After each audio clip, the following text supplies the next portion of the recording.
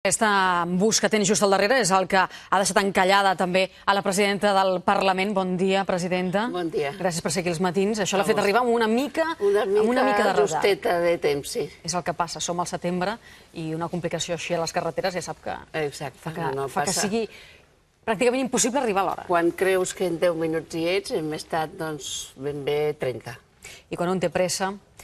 Escolti'm, som a les portes d'un curs polític, un altre cop, un any més, marcat per la Diada, dia 11. I vostè ha decidit no participar i el seu partit tampoc, Unió Democràtica tampoc. Per què? Bé, jo no he decidit participar com no vaig participar l'any passat a la manifestació perquè entenc que el meu càrrec institucional m'obliga a ser neutral. I malgrat hi estic absolutament d'acord amb el dret a decidir i el Parlament de Catalunya així ho va aprovar en una declaració en el mes de gener i en el mes de març, jo crec que aquesta via catalana per la independència el que té com a primer tram o com a primera estació és el dret a decidir i la convocatòria de la consulta. I en aquest sentit li vaig dir a la senyora Forcadell que jo hi seria en el Parlament, que a més seria acompanyada pels dos vicepresidents, però a més també pels expresidents del Parlament, que amb molt de gust vindran a la Diada a formar part o a participar, en el cas del senyor Benach, que ha participat directament i activament en la via catalana. El meu partit ha decidit que els seus dirigents o els seus militants són lliures de poder anar i, per tant, el meu partit ha defensat sempre el dret a decidir i el que suposo que devia fer ahir, perquè ho va fer en el comitè de govern i jo no formo part del comitè de govern, és debatre aquest tema i considerar que, si bé estan absolutament d'acord amb el dret a decidir i amb la consulta, doncs m'imagino que el lema de cap a la independència no ho tenen així de clar. O sigui, que vostè no hi va, que el seu partit no hi va perquè la via catalana és independentista i vostès no ho són. Bé, en principi el partit com a tal no és. Una altra cosa és que hi hagin independentistes en el nostre partit. Si la via catalana, és a dir, la independència, no és el camí, quina és la via per entendre's amb Espanya, presidenta? Bé, jo crec que el primer de tot que hem de fer és convocar la consulta. I a partir d'aquí es podrà decidir i es podrà debatre quina ha de ser la via. Jo el que sí que li puc assegurar és que la via no és el que hem tingut fins ara i que a Catalunya hi ha molts i molts catalans que estan farts del maltracte rebut i que, a més, Catalunya se sent, en aquest sentit, maltractada des del punt de vista econòmic, des del punt de vista nacional, i, per tant, hi ha altres vies, hi ha altres possibilitats. I jo crec que el primer que s'ha de fer és dialogar. I crec, i em consta, que des de Catalunya s'intenta i s'ha intentat i que potser és l'estat espanyol el que en aquest moment l'únic que fa és o portades o bé no respondre o bé pensar que no és important el que està passant al nostre país i que ja ens cansarem. I jo crec que aquí s'equivoquen. Des de fa 10 anys i sobretot des de la sentència de l'Estatut, Catalunya va endarrere i molts catalans no hi estan a favor de que aquesta situació continuï. Vostè m'acaba de dir que el primer de tot és fer la consulta. S'hauria de convocar el dia 12 de setembre? Això ja no depèn de mi, depèn dels partits, de la decisió que puguin prendre i, de fet,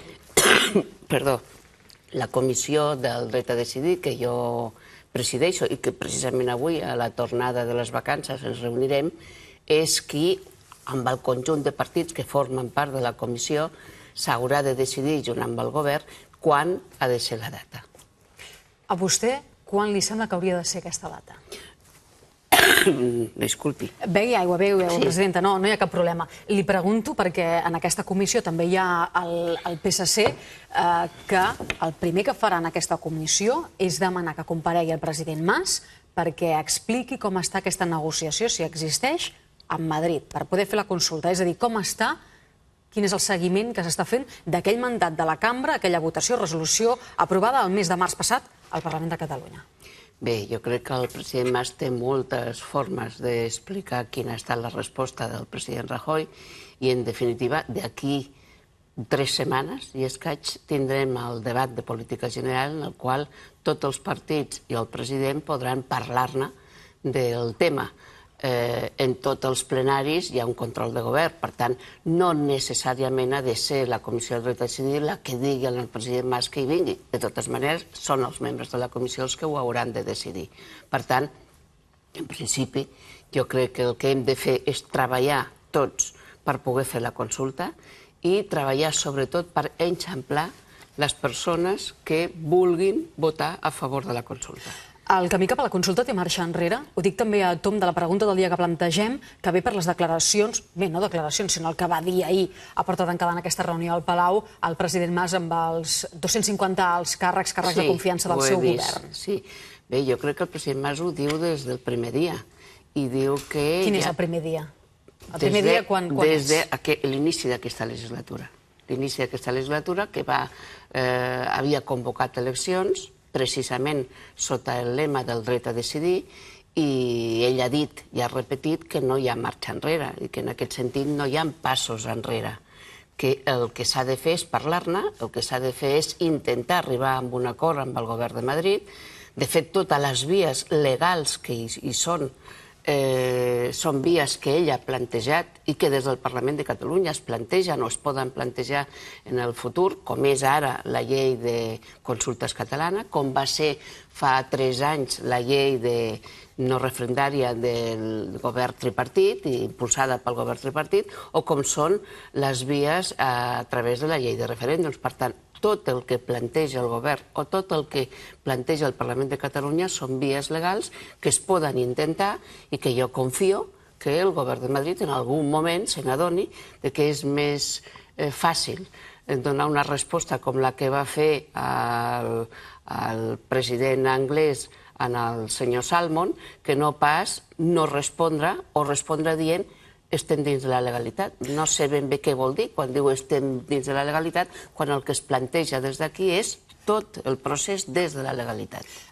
A tom del que m'està dient vostè, al Parlament de Catalunya hem vist com s'aprovaven 2 declaracions sobre el dret a decidir, la del gener i la del mes de març, les 2 recorregudes al Tribunal Constitucional, ara hi ha la llei de consultes que vostè també em deia ara. Vostè quin grau de confiança té que aquesta llei no acabi al Constitucional també? Bé, jo mai perdo l'esperança i crec que aquesta llei de consultes no tindria per què acabar en el Tribunal Constitucional quan és per qualsevol tipus de consulta que pugui ser de transcendència pel país. I, en principi, això no és il·legal i es farà de la millor manera perquè puguem assegurar que està dins de la legalitat. Entre altres coses, doncs segur que es demanarà un dictamen al Consell de Garanties Estatutàries. Però això també es va fer amb l'Estatut, i ja vam veure què és el que va passar. Sí, està clar. Per això jo crec que és important arribar a ponts de diàleg. Nosaltres els estem estenent, el que ha de fer el govern de Madrid és també estendre la mà. Ara, com diu el president Mas, ni un pas enrere. El que hem de seguir és endavant i dins de la legalitat doncs, arribar al dia en què es pugui convocar aquesta consulta. Si la llei de consultes acabés al Constitucional, què hauria de fer el Parlament? Això ja, la Comissió del Dret a Decidir té precisament un temps important, no hem marcat el final de la feina, per poder establir què és el que ha de fer. Ara, també no se'ns ha d'escapar que hi ha 5 vies, 4 vies, 6 vies, que són les que tenim sobre la taula. I el que hem d'intentar és anar fent aquestes vies, les que creiem que són iguals, doncs no val la pena, però en principi tenim 5 vies per tirar endavant i perquè se n'adonin que nosaltres seguirem pas a pas tot el que pot establir d'acord amb la Constitució i les lleis per poder fer aquesta consulta. Avui en aquesta comissió és el segon cop que es troben, la primera trobada va ser per la Constitució, tenen encomanat l'elaboració del pla de treball. Vostè porta alguna proposta? Sí, porto una proposta que ja la vaig parlar amb tots els grups que conformen la comissió i és una proposta en la qual el que faig és establir un pla de treball amb una primera fase, que és la que es porta avui, en la qual el que plantejo són una sèrie de compareixences que quasi bé no s'han fet encara, ni amb la llei de consultes ni amb altres lleis, de persones o d'entitats rellevants que ens permetin conèixer el seu parer favorable o desfavorable al dret a decidir. Digui'm noms, posi noms perquè els espectadors entenguin qui anirà a donar les seves raons. El primer de tots entre altres coses perquè el tenim al costat i perquè, a més, va ser protagonista el mes de juliol de l'informe que es va lliurar al Consell Assessor del Govern, que és el catedràtic i director de l'Institut d'Estudis Autonòmics, el senyor Carles Viver i Pissunyer. Per què? Perquè és una autoritat en la matèria, és una persona que coneix profundament tot el dret constitucional i és una persona que a la majoria de la comissió, per no dir a tots, els mereix prou confiança i, a més, és el que ha marcat, d'alguna manera, el camí que el govern pot començar a fer i que el Parlament també. Per tant, aquest seria el primer. Després, una altra proposta que tinc és el de convidar a persones rellevants, expolítics o polítics en actiu, tant del Quebec com d'Escòcia, que són els dos països que han fet, en el cas del Quebec, 2 consultes i en el cas d'Escòcia estan treballant en la consulta pel mes de setembre del 2014 i el que volem és saber el parer dels que estan a favor i dels que estan en contra. I en el cas del Quebec, si és possible, del ministre, que aleshores va ser el que va ser d'alguna manera el protagonista de la consulta. I també ara la presidenta o la ministra del Quebec perquè ens digui com veu el futur del Quebec i si amb les majories que té pot o no tirar endavant una consulta. Amb aquestes persones vostè ja ha tingut contacte i ja li han dit que estan disposades a venir? Des dels serveis jurídics i des dels serveis tècnics del Parlament ja han tingut alguns contactes abans de l'estiu per poder parlar-ne ja en el mes de setembre, però simplement uns contactes dient ho hem de proposar a la comissió, per tant, de fet, no és un contacte formal i a partir d'avui, si la comissió ho admet, doncs immediatament ens posaríem en marxa per poder-lo fer. També persones com els 3 pares de la Constitució que són vius, en Miquel Roca, el Herrera de Miñón o el Pérez... no me'n recordo ara. Pérez Royo. No, Pérez Royo és un catedràtic que probablement algú demanarà. No, un tercer catedràtic, que també va ser pare de la Constitució, que en aquest moment el nom se m'ha anat.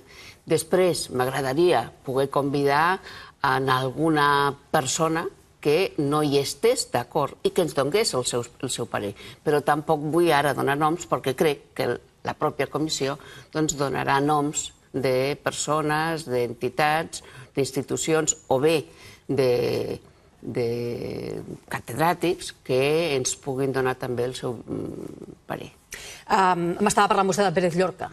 Ah, exacte. És Pérez Llorca, per tant, Miquel Roca, Herrero de Miñón i Pérez Llorca. Que no ho saben, per tant, si avui ho senten, que sàpiguen que la comissió segurament avui decidirà convidar-los. O sigui que d'aquests sí que no té cap intuïció de què hi poden dir. Si sí o si no, s'acceptaran.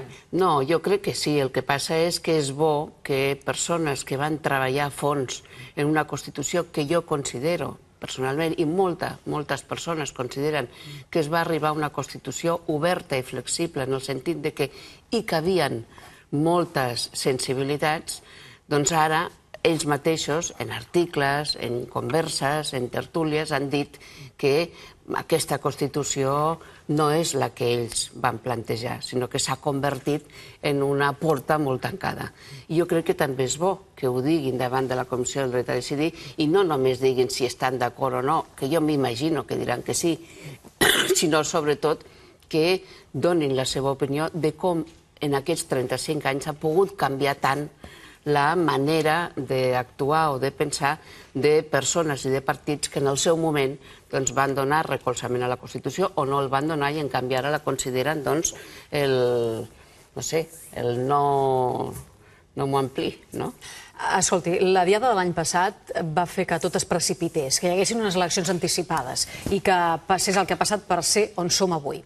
No sé si vostè creu que aquest pla de treball que s'ha planificat vostè pot quedar dinamitat per el que veiem el dia 11 de setembre. El resultat de la cadena pot modificar-ho, com va modificar l'any passat la diada el curs polític també d'aquest país? A veure, jo crec que la diada va influir, però el que va modificar, de fet, tot el panorama i va ser resultat, la convocatòria d'eleccions, va ser aquella entrevista demanada pel president Mas al president Rajoy per plantejar-li d'una manera seriosa i formal el pacte fiscal.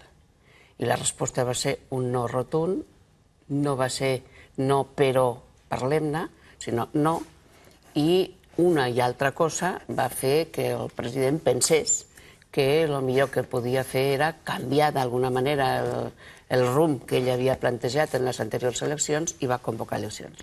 Per tant, demà, no sé el que pot passar, demà el dia 11, el dia 12, no sé què és el que pot passar perquè no podem pensar-hi.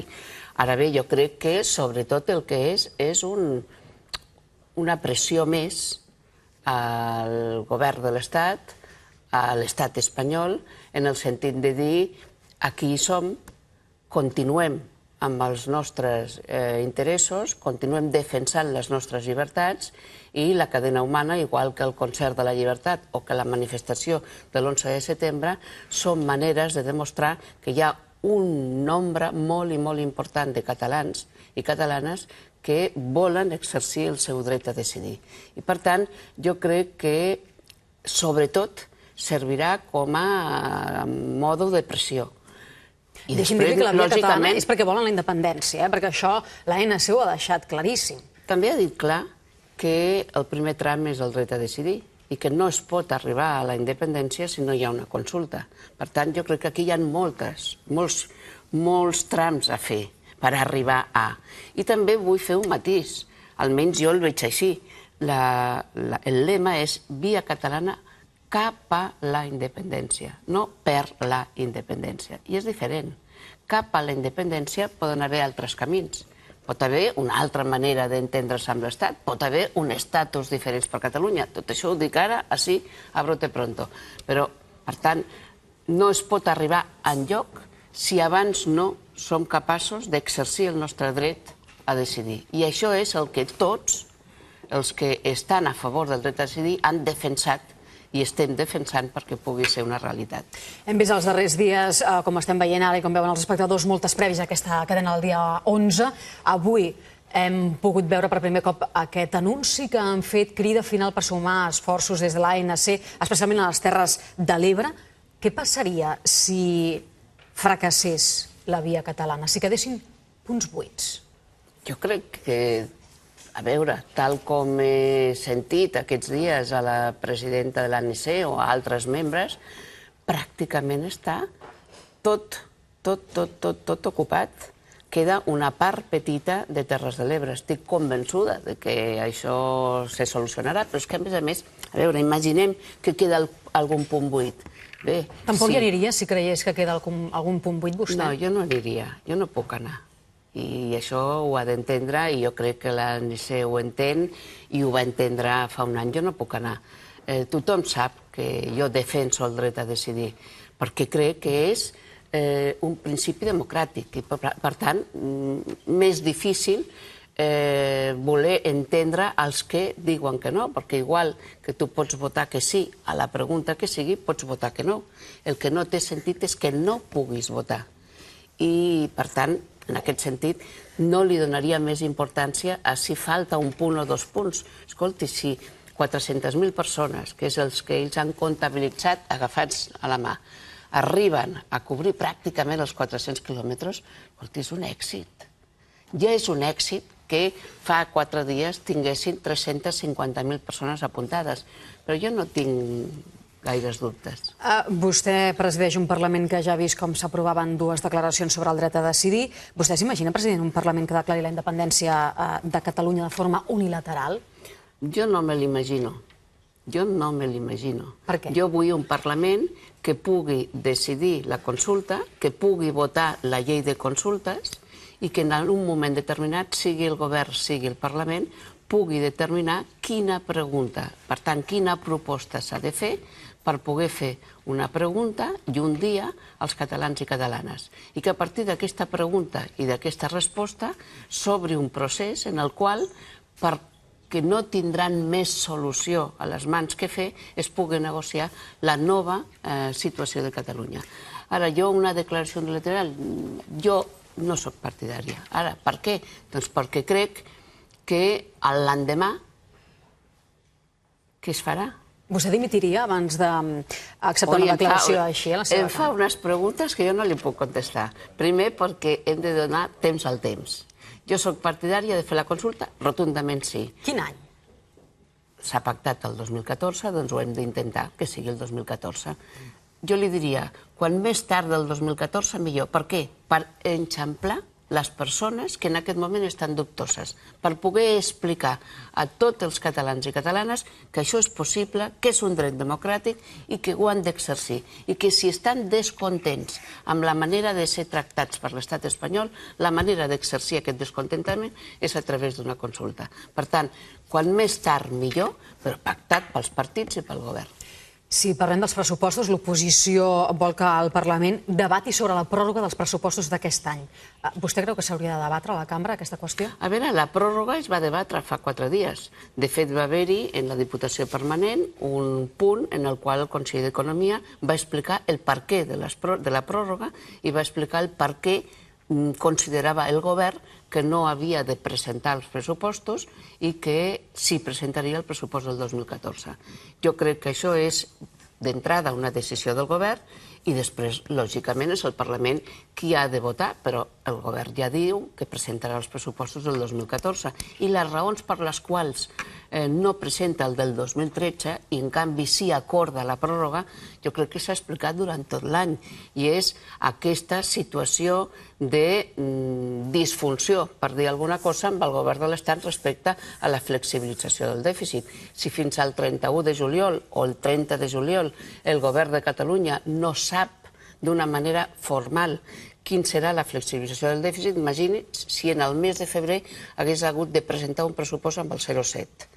El president de la Generalitat ja va dir que no volia més retallades i que les retallades que s'haguessin de fer serien a base d'increment d'impostos i que ell no admetia un pressupost amb el 0,7.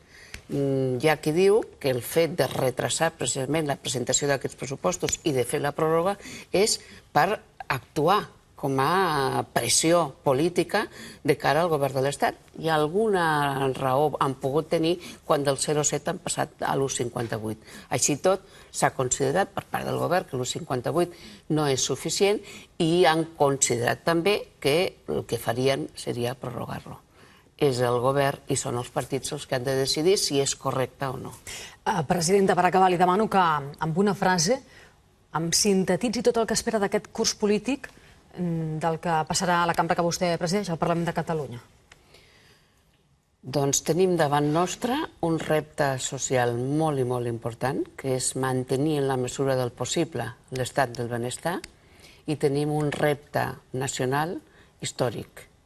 Jo espero que un i altre, que són les dues ànimes de Catalunya, vagin juntes i que quants més catalans i catalanes s'hi sumin al dret a decidir i al repte social, Catalunya anirà endavant. Si això no passa, si no van de la mà aquests dos reptes que vostè em dibuixa, què pot passar? Ens equivocaríem. Jo crec que tots els partits tenen molt clar que han d'anar endavant. Presidenta, gràcies, que vagi molt bé aquest inici, també aquesta reunió que té avui de la Comissió pel Dret a Decidir, ja ho sap, amb aquesta petició del PSC, i totes les propostes del pla de treball que ens ha dit presentarà. Molt bé, moltes gràcies. Gràcies, fins la pròxima. Adéu-siau. Fins la pròxima. 9 i gairebé